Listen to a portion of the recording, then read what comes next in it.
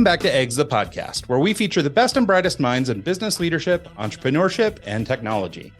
Today, we have a very special guest, Bassem Dghaidi. Bassem has over 15 years of experience in tech and is currently working on building the next generation of GitHub Actions.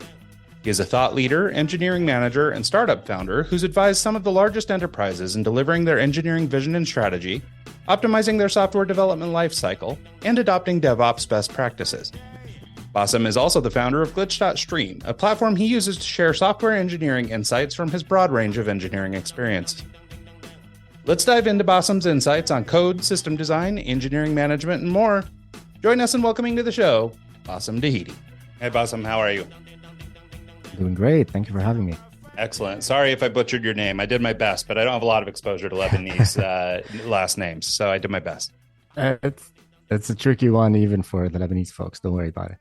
Okay. What's the correct pronunciation? Did he get it? Dghaidi. Oh, okay. See, there's all those extra sounds in there. So why don't you give us a brief overview of your work history, who you are, and what you do? Sure. So again, you mentioned it. My name is Bassem. I identify as a software engineer. I've been writing code since I was like about 12 years old. So I started professionally writing code when I was about 15. I don't know, for some reason, programming just took over my brain, and it was something I enjoyed doing and I wanted to do for a long time. I've worked in different types of companies. I used to hop a lot because I figured out early on that just switching jobs often allowed me to explore different boundaries of the domain, allowed me to expand my horizon, learn much more, and sort of focus on programming as using it as a tool, as a means to an end, as opposed to it being, the fundamental. It's always an anchor, but I always use it as a tool to do more. I've taken on jobs as software engineer in digital agencies. I've worked in management consulting. I've done some work as an engineering manager for a brief period of time. Before moving to the Netherlands, I also helped found a software engineering bootcamp where I taught software engineering for about 3-4 years, helped software engineers or fresh computer science and engineering graduates get up to speed on what the market needs. And we help them engage with the market and be able to find opportunities for them to join startups and companies. And then after I moved to the Netherlands, I also worked as a consultant. And recently now I'm at GitHub, where I've worked with our consulting arm for a bit before deciding that I want to go back to my engineering roots. And now I'm working on the GitHub Actions team, and we have a number of initiatives we're focusing on. That's actually how I came across you and your YouTube channel, was learning how to use GitHub Actions. I had a potential job opportunity doing that, and I spent a solid month just going through trying to figure everything out about GitHub Actions and CI/CD pipelines. So thank you for creating that content and helping a novice like myself out. I really appreciate it. Not at all. My pleasure. And I'm very happy to hear feedback. When we create content, it's like we create it, we drop it in the wild. We really don't know how it's impacting people. And then we hear awesome stories like this, and it's just very nice to hear it. And very nice to get this feedback. It's definitely encouraging to keep going and creating more content like that. Yeah. As a young developer, how did you start to learn to code? Were you just self-taught entirely, or did you use tools like YouTube or other content creators to start to learn some of that material? How did you become adept? It's funny. So I was born in 1989, which means that by the time I was 12 years old, I don't know about YouTube, whether it was a thing. And where I was from, bandwidth was a big deal. We were still in the dial-up times. So how I learned programming was through looking up tutorials online. So I didn't even have a computer at home. It's funny. I had to go to these net cafes, if you remember them, and just book an hour or two, right? And just go there, spend time trying to research as much as possible, learn as much as possible, experiment as much as possible, until the point where I got my first computer as a gift from my uncle. And then because I didn't have internet at home, it was quite expensive. I used to still go to these net cafes, download as many files as I can, and then take them back home and study and explore more and more. Obviously, when you're quite young, you don't really know what you're doing. So you're just tinkering, you're just trying to make things work. You don't understand the fundamentals, you don't understand how things work under the hood. And then I started joining some communities online where IRC was a big thing back then, right? So you just join a network, you join channels, different topics. And then there are a lot of awesome people who are willing to mentor you, guide you, share with you some information. So my journey through programming was just accumulating small tidbits from here and there and try to formulate an idea. And this is great because it exposes me to a lot of different problems that I had to learn how to solve myself. That accelerated my learning until I got to a point where I was able to do that professionally and get paid for it from a young age. And by doing that, I was able to afford buying my own equipment, buying my internet, so on and so forth. And that's why I still see programming until this day. That shaped my vision about programming as a means to an end, as opposed to it being the end itself. I still enjoy programming a lot, quite passionate about it, but I look at it as a tool to do other stuff, awesome stuff. Yeah. No, it's interesting. You mentioned your age. One of the observations that I've made, I'm a little bit older than you. I was born in 1980. And so, I got my first computer and everything about the same time as you, but I've always had this theory that for people that are sort of our age group, which is people that sort of lived kind of just at the dawn of the internet and worked through to where we are presently, that there's some unique advantage in having seen the initial architecture and the construction and the way that all these languages formulated and why we built the next language and the next language and the next language versus, maybe somebody who comes into development today who, now has all these frameworks already in place and they just have to, brush up on their skills.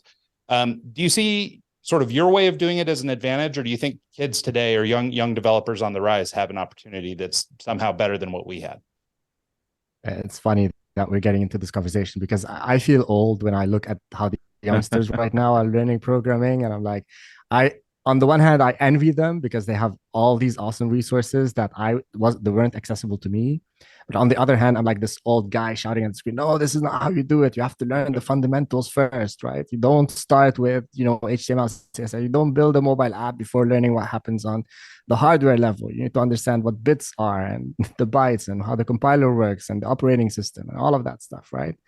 But in my opinion, there's really no right and wrong in this. And fundamentally, we all go through the same journey and let me put it this way, we all go through the same topics. However, getting through these topics is different, right? So whether you start from the very tail end and you make your way back to the fundamentals, or you start from the fundamentals and you get to the shiny, sexy stuff, right? Which everybody wants to do right now, build a company, start a mobile app, so on and so forth.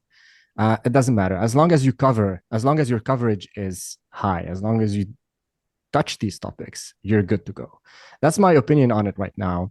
When I started my bootcamp, I built a very concrete curriculum that was project-based. So it was more like project-driven development as opposed to starting with the boring stuff. I wanted my students to be able to build things, to have small wins, small incremental wins every week, to learn the fundamental topics by implementing them, and to have a why behind what they should learn. So oftentimes in schooling and in education, they throw at you topics. You should learn this, you should learn that, but nobody gives you a motivation for why you should go through this. Why should you learn this? And I think that's very critical to the learning of everyone today. And I think one of the biggest challenges and hurdles for learners is to build a concrete learning plan. That's a difficulty. There's a lot of topics out there, and people have a difficulty on identifying what they need to learn because they have time constraints, because they have maybe resource constraints, so on and so forth. I can really relate to that. As someone who's been self-taught, and I'm still very novice. I'm probably a lot further along than I think I am, but I getting 2-3 years ago, getting into this, I helped out with the project where I was kind of like the in between the client and the actual developer, and the developer was very flaky. And because of that, I ended up having to seeding the database with 8,000 records from a spreadsheet that I had to manually go in and enter. And then I started learning PHP and SQL and stuff, just in the offhand chance that I would have to come in and kind of try and fix this nightmare of a project that we got into. And because of that experience, I realized actually I really kind of enjoy this. This is something that I could see myself doing. And I started just watching YouTube tutorials and trying to put all the pieces together. And you have something that you've put together called the knowledge graph or a mind map. And I tell you what, I wish I would have had that 3 years ago, because I would have known what to study and in what order and why I should study this and instead of that. And still to this day, I'll be neck deep in something and then realize there's a tool out there that can do it for me that I had no idea about. But because I'm working on pagination for an API, now I know what React Query is because I had to go and figure it out. So thank you for putting your knowledge out there for people and creating stuff like this knowledge graph. As I mentioned, I wish I would have known about it a long time ago. So it's my pleasure. It took me so many years to get to this understanding. So learning how to learn is a skill that many people don't recognize that it's important early on. And unfortunately, the way our educational systems are designed, someone comes in and they just throw information at you, while learning how to identify what information to learn and how to look it up and how to dive deep into the topics, just the way things did it before. Before these massive scale educational systems came into place, people were just exploring. They were jumping from one thing to another, right? And I think that's the fun in learning. And I want to bring it back in some ways to my audience, at least. No, I think that's right. And I think that there's a lot of ground to be made up in the way that we teach this stuff. And I think the traditional education system is going to be out of step just by virtue of the fact that it takes so long to get things through a system that, by the time they're teaching it, it's already irrelevant or it's getting on out of date, And so I think that what you're talking about, though, this idea of identifying a why or understanding your education plan, and maybe we can expand on that education plan concept a little bit more, is it's easy to be passionate about something when you're problem solving, right? So like Mike's describing, he had a problem to solve. And so he had to go through the journey of trying to solve it, right? It's not unlike climbing a mountain. You have to find the right way, or you have to do whatever, you have to navigate this log, or you have to jump over this stream, and that's the fun of it, right? Ultimately, yes, you want to solve this thing, but by going through this journey and navigating that stuff, that's really where you find the joy in it. And I think that's where you decide you might really like this as a career versus, in a classroom setting where you're just, okay, well, read the text and, this is all the information at once. So good luck. I just don't think that encourages people to be passionate about their work. 100%. That's what I find fun about programming in general, is that, first of all, what I learned is there's really no end to this. So no matter how much time you spend building systems, getting experience here and there, the field just keeps on giving. There's always a new set of parameters that create a completely unique environment and a completely unique problem to solve, right? So if you're the type of person who wants to feel like, okay, I'm done, that's it, I mastered my field, that's never going to happen with programming and software engineering in general. So let's get this idea out of our minds as a beginning. So we have to first be used to the idea that this is an endless pit that you're never going to see the bottom of, which is fantastic. And if you like problem solving and dealing with different types of puzzles, you like investigative work, you like dealing with challenges, all of that stuff, this field is fantastic for this. And that's why I say acquiring the skills to learn how to investigate, learn how to build a learning plan is important, because you're going to have to do it over and over and over again. This field requires upskilling like no other field I've seen. It's very easy for us to become obsolete and our knowledge to become obsolete in the tech scene. Every new day, there's a new technology stack that's being used somewhere, that someone's inventing, that someone's putting in production somewhere. And it's very easy to for new technology to disrupt the way we do things. Right now, Copilot is in place. It deals with a big amount of code generation for you. Now we have to sort of transition our way of thinking, how we program, so that we can master this new tool that was literally thrown into our lap.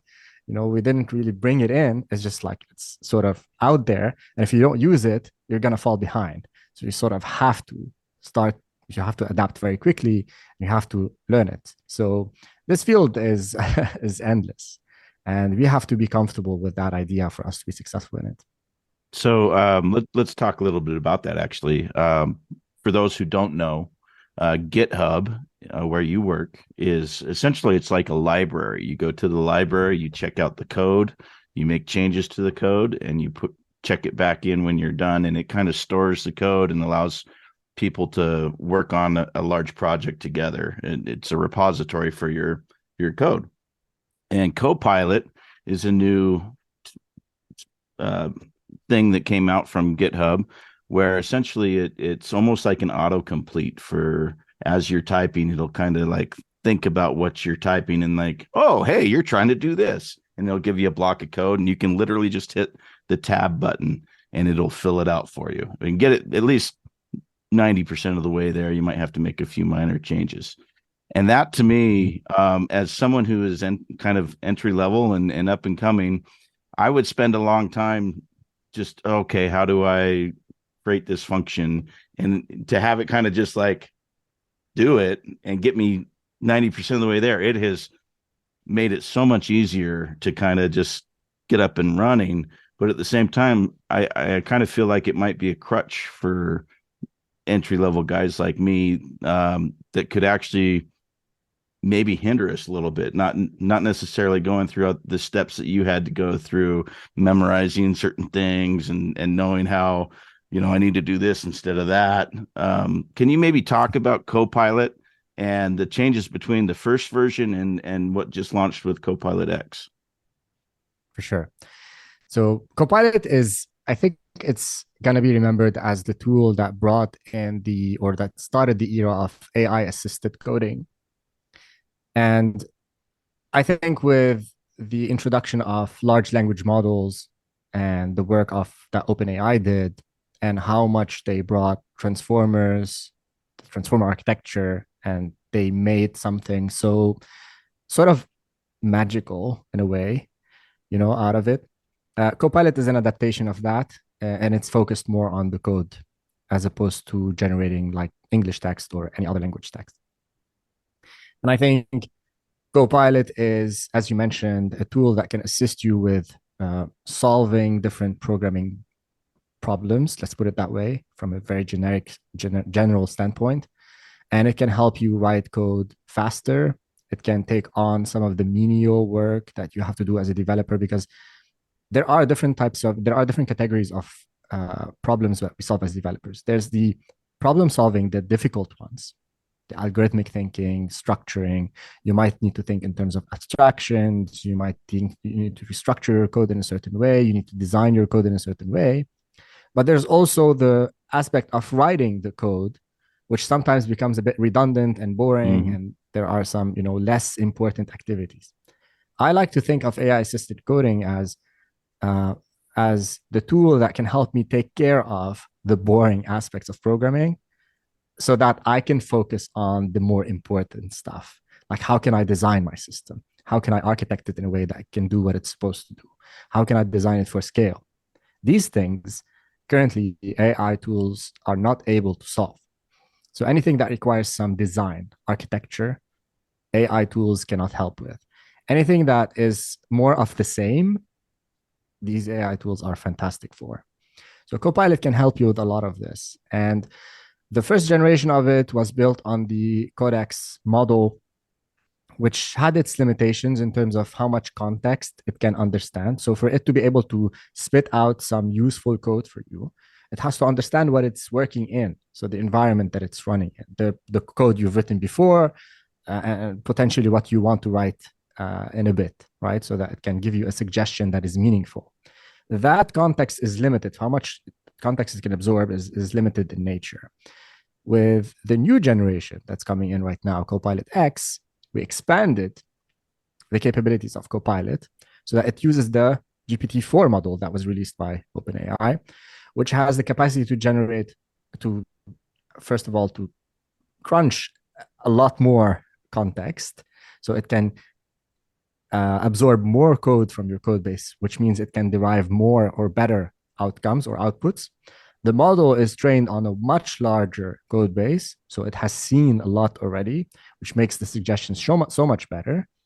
And then we improved how Copilot integrates with your text editor or your IDE, in this case, VS Code, which gives you also a chat window, for example. So you have Copilot chat. If you have a question, you can ask it directly.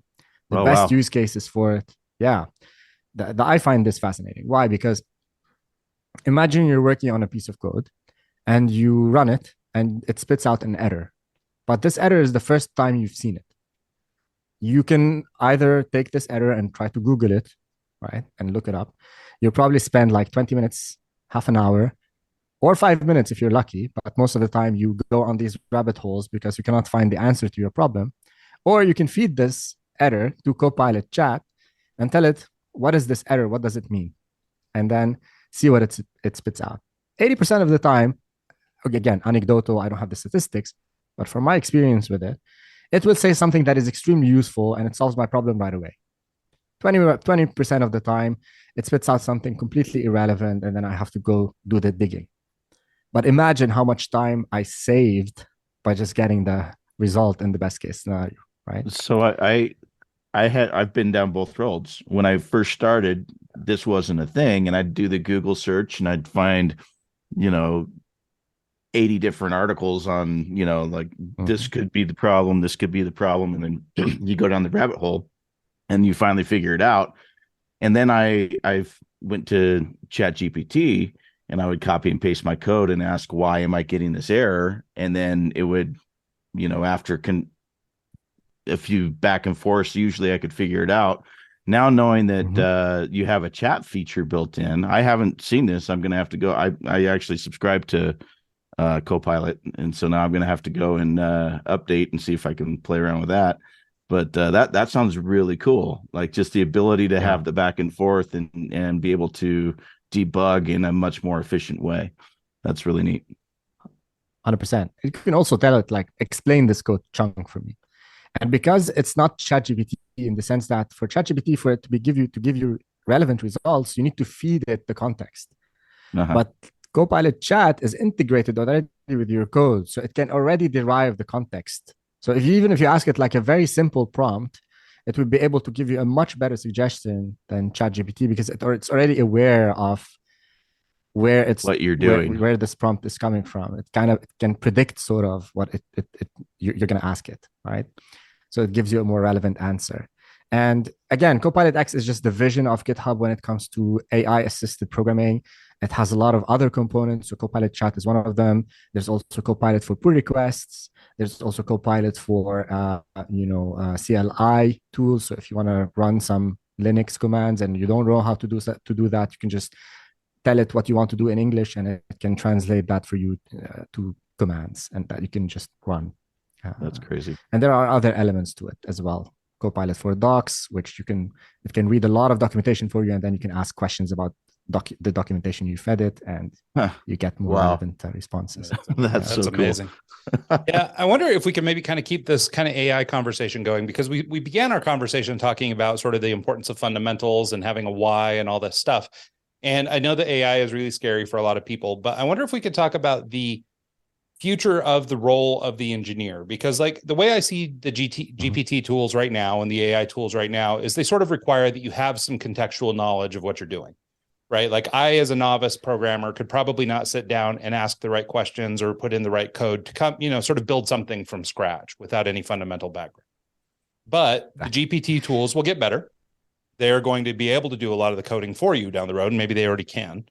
And so at some point, the role of the, senior developer, that knowledge that's in that person's head might become less and less relevant, because now all of a sudden we need this. So what is the role of that senior developer going to become? Is it more management? Are we going to be teaching kids how to use these tools? Is it just higher level problem solving and just trying to stay ahead of the GPT? But I think at some point we're going to get run out. So how do these roles evolve in a way that we can live with the thing instead of trying to rage against it? Rage against the machine. So I'm going to share my personal opinion on this, and it doesn't represent my employer in any way. I have to say this stuff. I'm just sharing my personal take on it. I feel that the current fear of AI assisted programming is unwarranted just because I've been using these tools since when they first came out. And as an insider, we get access to these before they hit the market, and we get to play around with them for a pretty extended period of time. So right now I've been exposed to these tools for about a year and a half almost. And I understand the limitations quite well. I know what they are really good at, and I know what they cannot do. And what I can tell you is people underestimate, for you to be able to craft a prompt that solves your exact problem, people underestimate the amount of knowledge you need to have to be able to say the right things for these tools to spit out exactly what solves the problem. This knowledge is like the accumulation of years of experience in this industry for you to be able to formulate the problem and shrink it to this small prompt that you feed it, right? That will never go away. That type of thing is never gonna disappear. Now people talk about, okay, we have auto GPT, where you give it a problem and then it sort of optimizes itself and keeps on generating prompts and asking itself question until it gets to the target. So you can say, for example, build this mobile app that does this. And then auto GPT will start prompting itself until it achieves the desired outcome. This is the new rave right now. But still, people see one demo where this is actually working, but they don't see the 100 other demos where this goes completely loose and it starts optimizing in the completely wrong direction. Because it could pick up a thread and just start going on that tangent that is completely irrelevant to the end goal, and it will never converge back to the problem you're initially trying to solve, which is building the app, right? There's always going to be a need for an engineer who will steer these tools in the right direction. The only thing that's going to happen, at least in the near term, until we start building some form of AGI, a real AGI, artificial general intelligence, is we can just have these tools do the boring work for us while we focus on the design, the architecture, so on and so forth. Now, it is a reality that we're going to be 5, 6, 7, 10 times more productive. That's sure. And what will happen with that is instead of needing 5 engineers to do some type of work, we're going to be needing less engineers. However, we keep forgetting that until today, we had a big shortage of software engineers. And the reason why software engineers were getting paid these gigantic salaries, at least in the US, is because we had a massive shortage of engineers. So if we are equipping engineers to do more right now, we might be able to cope with the current demand for tech. Or the way I see it, we're just going to create new use cases.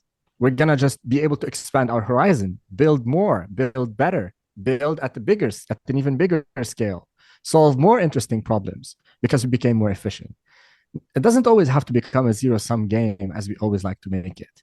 And I'm not really sure why it always turns out into this fear-mongering before we really start playing with these tools and integrating these tools in our way of life. And I can understand that some people might be afraid. Why are some companies making these decisions for us? Why aren't we involved in the decision-making process? Why aren't we even involved in the conversation, so on and so forth? And I think that's merited. And I think these conversations we should have had them a long time ago. But it took a catalyst like OpenAI and this type of stuff to trigger this conversation. And I think it's essential that we have this conversation, and it's essential that we regulate this technology because it's going to impact our lives, whether we like it or not. It's going to change how people learn, how our children at schools learn, how we evolve, how we consume material and information, how productive we are. And it's going to make some jobs redundant while other jobs are going to be even more in demand. So I think the conversations are important, but I don't think these tools are going to replace anyone. I think it's just going to make us more productive, and we're going to be able to do much more with less. Yeah, I think you're right. I think you nailed it as far as my thoughts on it exactly. When it first came out, you'd jump on a YouTube video and you'd see someone, hey, make me a tic-tac-toe game, and Chat GPT would just spit it out, and here you go, you got a tic-tac-toe game, and it works, it's great. Yeah, it's going to replace us. Oh no, but a tic-tac-toe game and a fully functioning app are two completely different things, and telling it exactly what you need and how you need to do it, you need someone that has been through the education process of learning how to do everything and be able to feed it the right questions. Yes, exactly. Yeah. Well, that's the thing. Like, my wife teaches in a junior high school, and obviously in the education system, this GPT stuff has become really scary, right? Because it's very easy for these kids to just go ask it for an essay. But to your point, like what I was explaining to my wife, I was like, the problem is there's still a dependency on that student to understand what they're asking it. And so the example we used, my son was writing a paper on Macbeth. And so we said, hey, and what it was something like tying the story of Macbeth to sort of modern times and looking for examples of people fighting for power in the same ways, or something like this. And so we asked GPT for some bullet points. We asked it to put together an essay based on this and, cite some examples and all this kind of thing. And it put together a pretty good paper. Well, if my son looked at that paper, he wouldn't have had the context on Macbeth to read through it and know that what it was saying was right. The problem with GPT that I've found so far is that it's extremely confident, whether it's right or wrong. And so whatever it's telling you, if you don't have the background knowledge to understand if what it's telling you is accurate, you could easily be duped into thinking it's very smart. And man, this thing wrote an awesome paper. But when you start to dig into it, that's where that deeper knowledge goes. So to your point, if you tried to ask this thing to just create you a web app with no deeper knowledge, it would be really easy for you to not use the right word or to not understand the output or, whatever. And so I really look at the GPT stuff as, or these AI tools as just that, as tools. They're the latest iteration. I work in marketing and advertising, and I have a background in design and graphic design, illustration, things like that. And a lot of, designers are threatened by, things like Midjourney and DALL-E 2 and these different things, because they can create assets for them. They basically can do the job. And or in some capacities can do the job. And so I think people are really afraid of them. But I think we have this over assumption of the adoption of technology. And when you're really into these AI tools or whatever, you sort of assume everybody is. But I think that just like any new and burgeoning technology, for the people who are in on it now, you'll be the guy who's the AI coach down the road, who's got the background knowledge to make sure it's doing the right thing, who knows how to write the right prompts, who knows how to do whatever. When the next generation of people come through and they can't figure out how to make the GPT, or Midjourney or whatever produce the output they want, so I think that, using it as a tool, just like Photoshop, or just like for you guys, a tool like GitHub, it's AI will be an integral part of the technology, but it's just one more arrow in the quiver, so to speak. 100%. I only look at it as a tool, and it's not always useful. Like, there are a lot of occasions where, okay, Copilot, now sit, let me do my thing, because what you're spitting out is nonsense. It doesn't make sense to my case. Yeah. And at the same time, the problems I deal with on a day-to-day basis with my team, how much code I write on a day-to-day basis as opposed to the other activities that I have to do? Probably 20% of my day is writing code. 80% of my day is solving other problems that allow me to write that 20% of code. So when people say we're going to replace software engineers, who's going to deal with all of the communication between the different teams in the organization? Who's going to deal with the design work? Who's going to deal with people who write the documentation? Who's going to deal with the folks who are going to take us to market? Who's going to deal with the business strategy? Who's going to deal with the product owners? Yeah. I don't think that ChatGPT or AutoGPT or whatever it is going to do all of this work for us. Well, so we're not there yet. Yeah. And I think too that, not all AI tools are created equally either.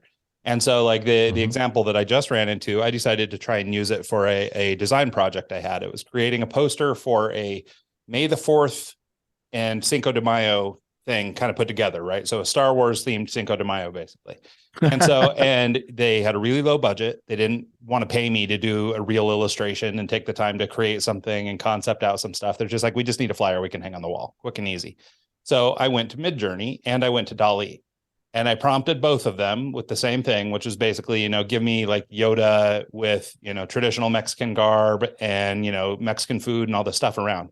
And the output I got from DALL-E was horrific. Like, I mean, it's the stuff of nightmares. And then the stuff I got from Midjourney was really strong. Like it looked great, and so I was able to come up with this cute little picture of Yoda, with all his taco stuff around, and it was awesome. So, I mean, so it was a really cool application of that technology. It saved me a ton of time, and the output was good, right? So as a design person or somebody who's selling a design asset, that was great. It's a really good tool. Another example, just for the same client, actually, I was doing or needed stock photography. So I was able to go to Midjourney instead and tell it what I wanted in a stock photo. And with the right range of prompts, I was able to generate the photo that I wanted instead of spending hours shopping some stock photo site.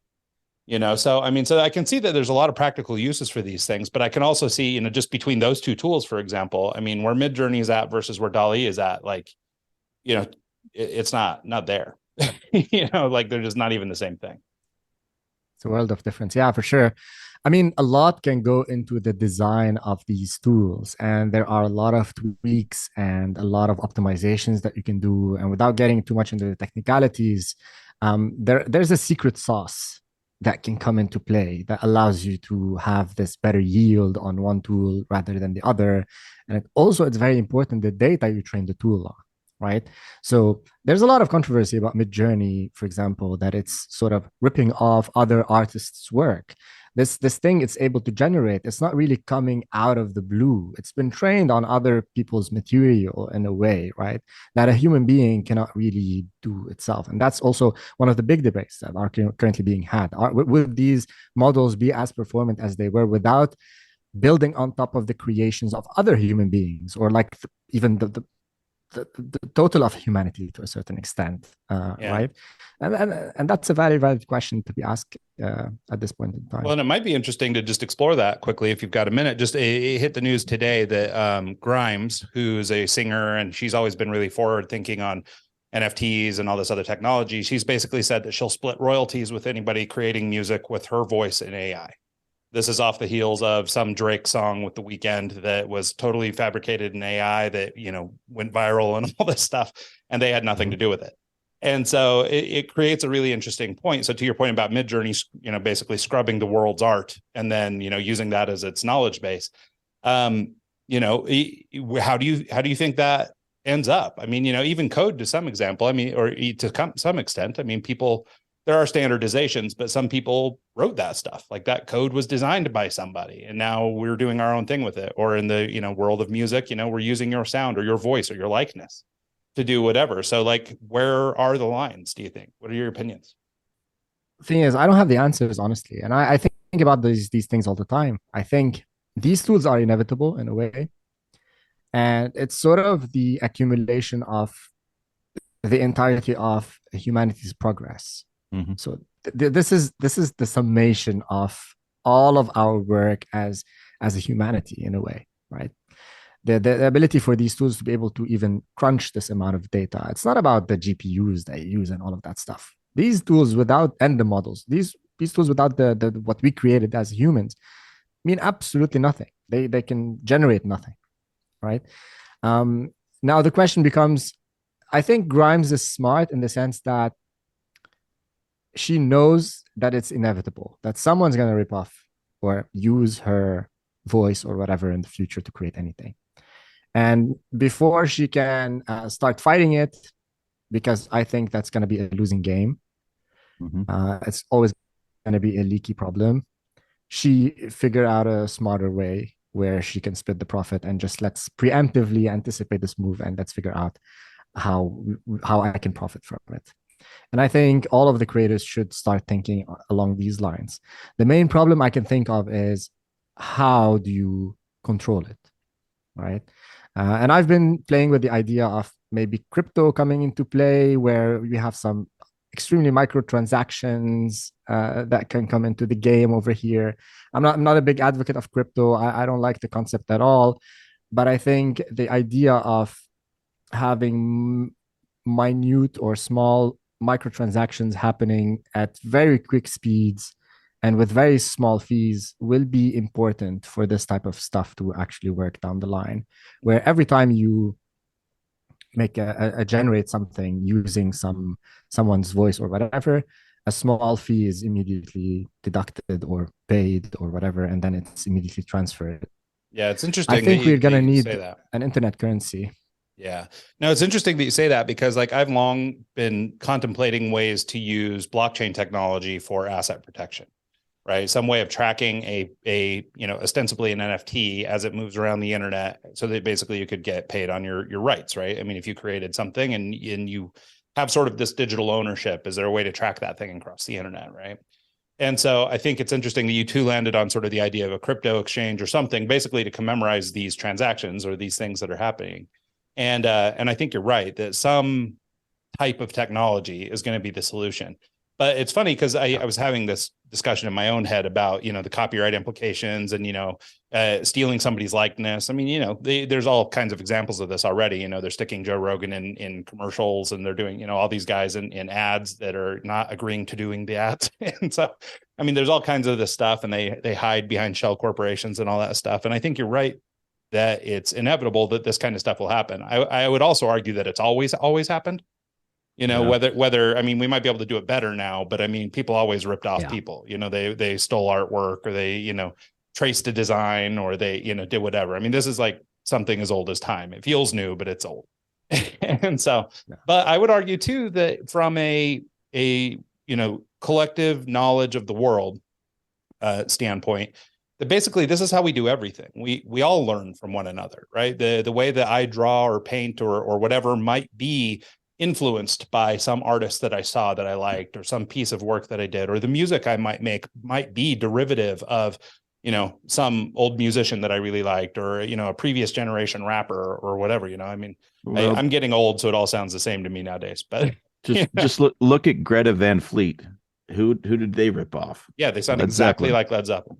So, and I would say that every musician, every artist, every even software developers, whatever it is that you're doing, I would say that someone somewhere has had an influence on that person, and they're not necessarily just taking it and ripping it off directly, but they're taking little pieces here and there. And look at all the records on my wall. Look at, like me as a DJ, I'll take samples from here and samples from there, and I'll create little cool things. And voila, I've got a new product, but it's pulled from here, pulled from there, pulled from here, pulled from there.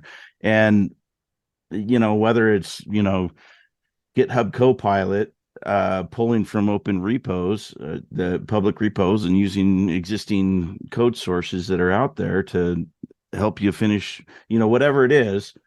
I think it's totally fine. I don't see any downside to it. If anything, it's a major win for everyone involved.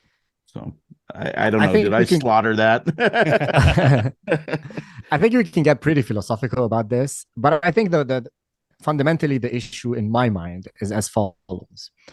If we were all able to have a comfortable living, if we were all able to not worry about survival as human beings, if we were all financially safe, right, it wouldn't matter if somebody used our productions or whatever. I feel like if we get to that stage, we'll be able to just put it out there for people to use, for people to benefit from it, without worrying about accumulation of wealth and the concentration of indefinite, amounts of money that we're never going to be able to spend in anyone's lifetime.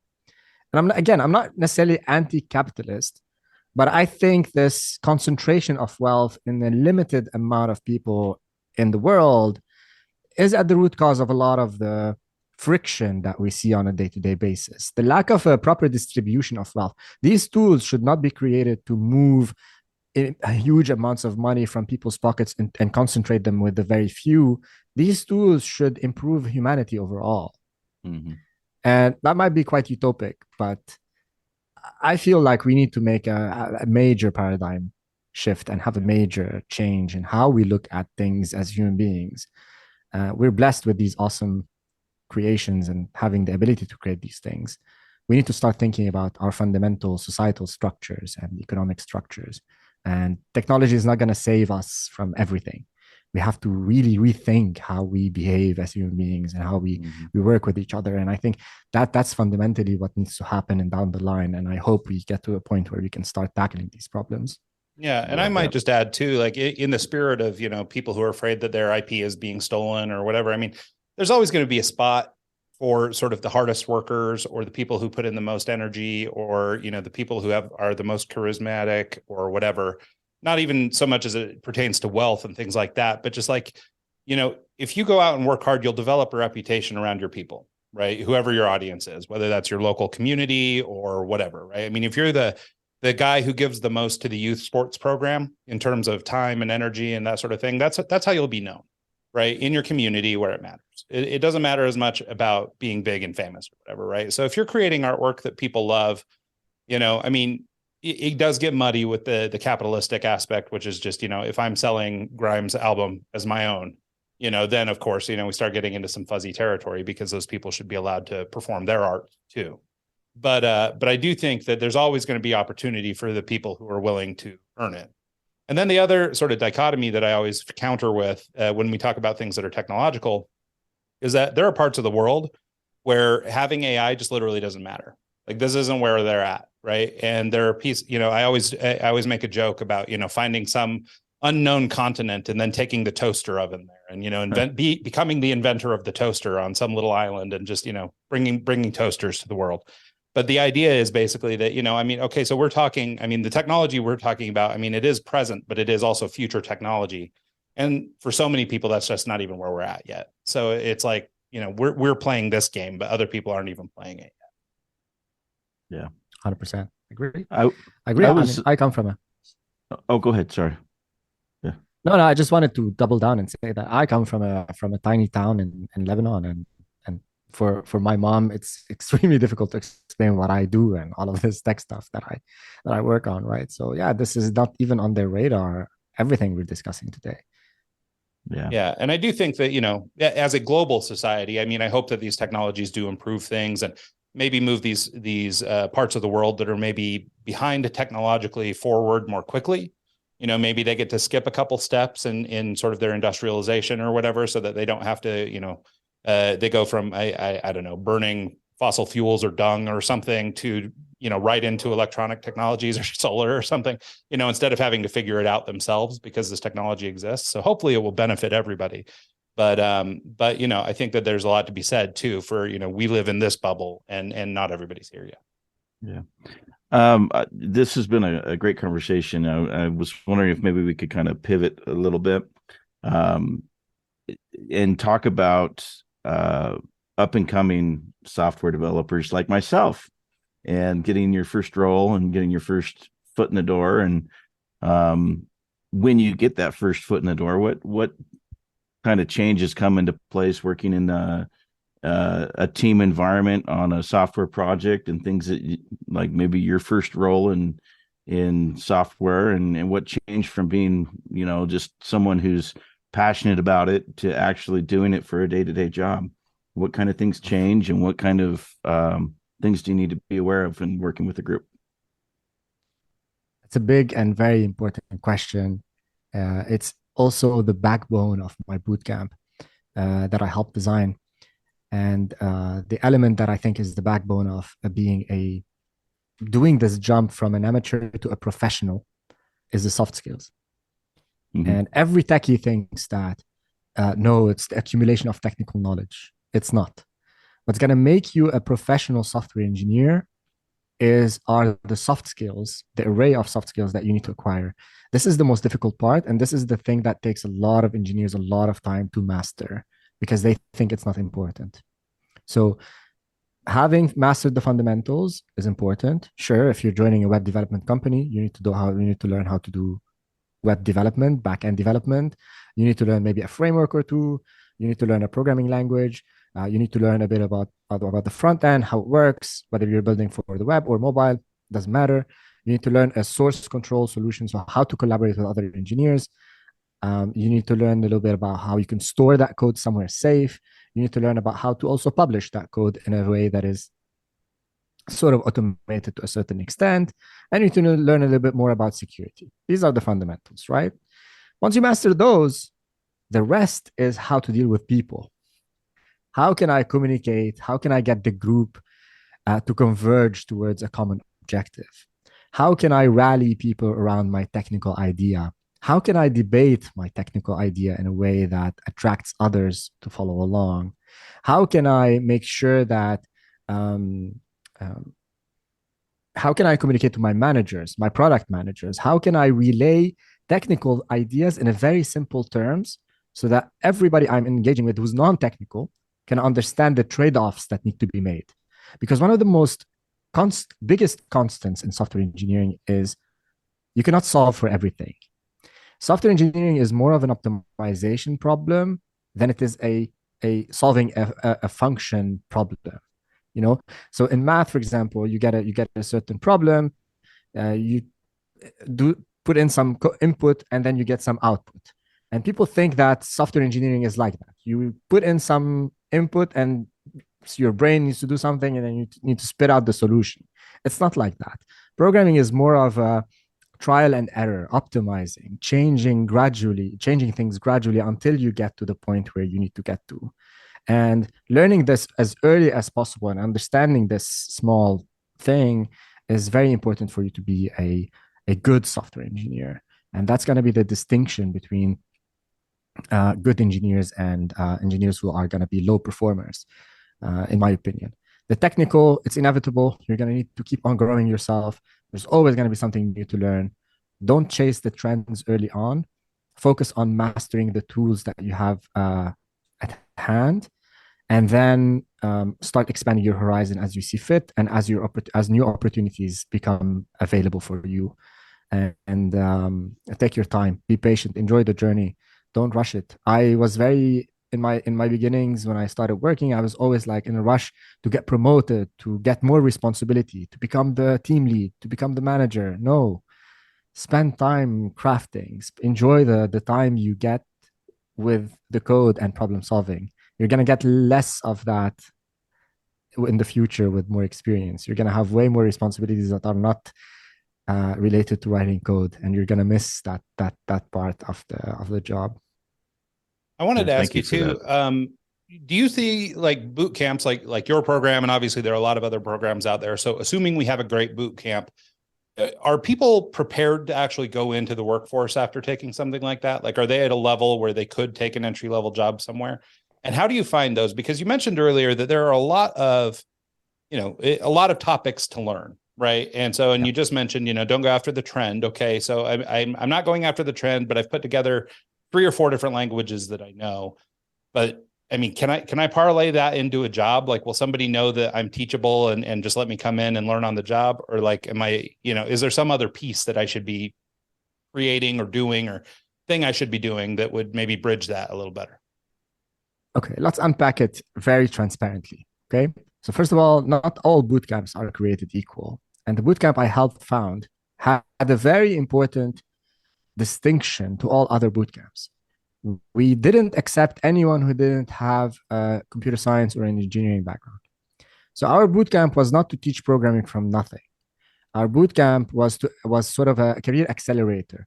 It was a step between graduation and your first job, so that we can sort of crunch the first year and a half of work experience into about 14 weeks, so that by the time you join this startup, you're able to be productive from day one, startup or company or whatever. This is what employers are looking for. There's still a huge gap between what universities teach and the skills that are required by the market. Companies cannot invest in training individuals for an extended period of time. At least the companies where I was, in the market that I was in, we didn't have big tech, where you can invest hundreds of thousands of dollars in an individual until they get ramp up and get up to speed. We had to have people who are immediately, able to produce. And that was the main hypothesis behind the bootcamp, that we wanted to accelerate people to join the job market and be productive from day one.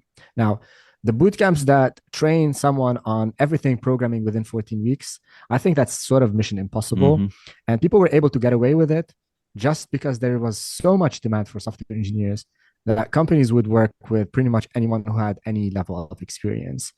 They will work with them to ramp them up, and they will just bite on whatever they are lacking, even though some of the skills that they are lacking are important. And it takes a lot of time to acquire these skills. It's inevitable. Time is important. You cannot just say, I want to crunch 3 years of education into a few weeks. In my opinion, that's impossible. You can maybe do it in a year. Yeah. If you don't learn, for example, if you can take a whole curriculum of computer science, right, and shrink it to a year, maybe 6 months at the very least.